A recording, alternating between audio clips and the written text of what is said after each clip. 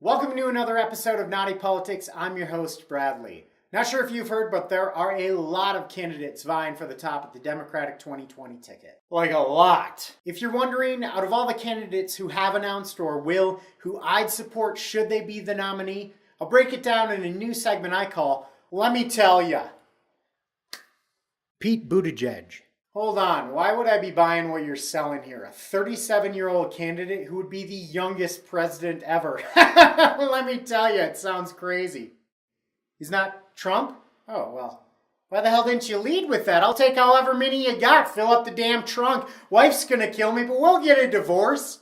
Eric Swalwell. Seen here the perfect amount of stoned, and here, and here. He's also the perfect amount of not Trump. Man, I would totally support him. Cameras over here.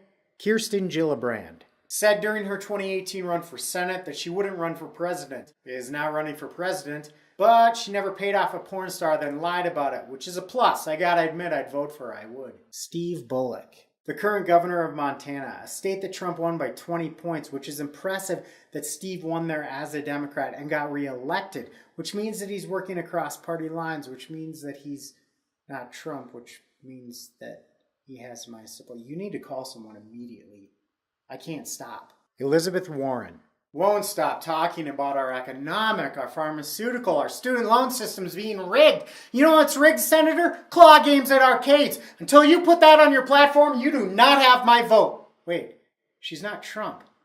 She would have my vote all the way. Julian Castro, former Secretary of Housing and Urban Development. Some people actually don't like that Julian's not fluent in Spanish. But unlike Trump, he's not going to reach for the launch codes if he accidentally presses 1 for Spanish. Me gusta, Julian. God, I am so white. Kamala Harris. I smoked up and I totally forgot this California love was running for prez. I do remember that she's not Trump. Sky's the limit. Joe Biden. Amtrak Joe, Uncle in Chief, Joey the Teeth. The list of nicknames goes on for Biden. That list doesn't include Agent Orange, Captain Concealer, and Baby Cager. Which is why, yes, I'd even vote for Shoulder McGrab and Whisper. Gross. Tulsi Gabbard. An Iraq War vet, the first Hindu member of Congress, the first Samoan member of Congress. She said some things in the past that aren't good. But she never called Haiti and African countries shitholes, so let me tell you, she'd have my vote. John Hickenlooper. Former governor of Colorado, which is where I live, was against the legalization of pot and is a sweet baby darling of big oil and gas. But Frackenlooper is not Trump. And should the American people force me to, I can't believe I'm saying this, I would support him.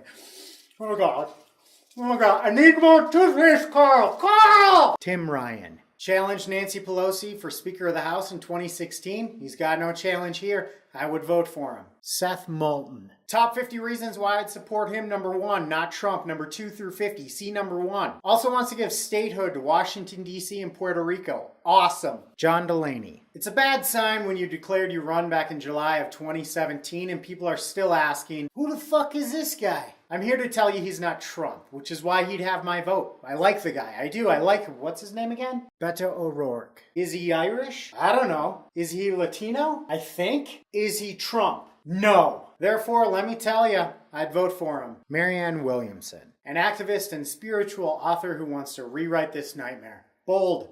I would read that. Who's next? Ah, yes.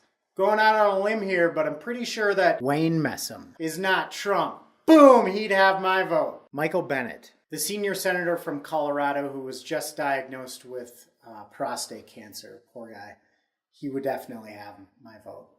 Oh, I'm sorry, it's his removed prostate that will be running for president. Also would have my vote. Jay Inslee has been called the climate change candidate. Hey, what are you, Jay? Not Trump. I would vote for him. I would vote for him. Bernie Sanders. Though he also talks a lot with his hands, Bernie is not even 1% Trump. Not even the top 10th of the 1% of Trump. He has my vote. Mike Gravel will be the oldest presidential candidate ever at 88, which is great because he's not Trump. Amy Klobuchar. I'm actually from Minnesota, and though Senator Klobuchar may be a monster to her staff, she's not a monster to minorities and democracy in general. So, oh yeah, she'd have my vote. I'd totally be on board, no doubt about it. Puck you, Karl. Cory Booker, Wall Street's hooker. But he's not Trump. And so if I were to be, if I needed to support him, I would. Bill de Blasio. Hey, Tony. Hey, Tony! That's my name. That's my name! Did you hear de Blasio's running? Bill de Blasio? Yeah. Huh. Not my top choice, but he ain't Trump. What? It's crazy. It's like we're the same guy. Andrew Yang. Wants universal income, not Trump. It's a hell of a resume. When can you start? When can any of you start? Let me tell you, I'd vote for anyone or anything on the Democratic ticket, even a cancerous prostate.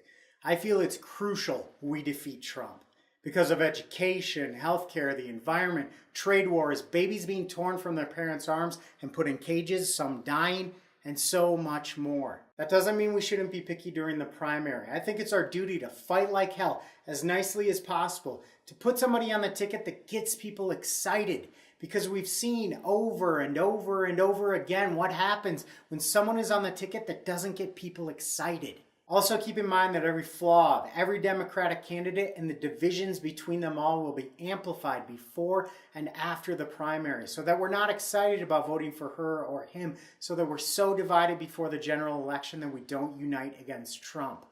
Politico reported back in February that already 4 top Democratic candidates have sustained coordinated social media attacks, suggesting the involvement of foreign state actors. They've already started trying to divide us, and let me tell you, I hope we don't let them.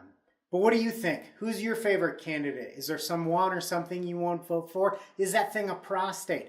Let me know in the comments below. Thanks for watching another episode of Naughty Politics with me, Bradley. I hope you enjoyed it. If you did, help me out by subscribing to my YouTube channel and liking my Facebook page.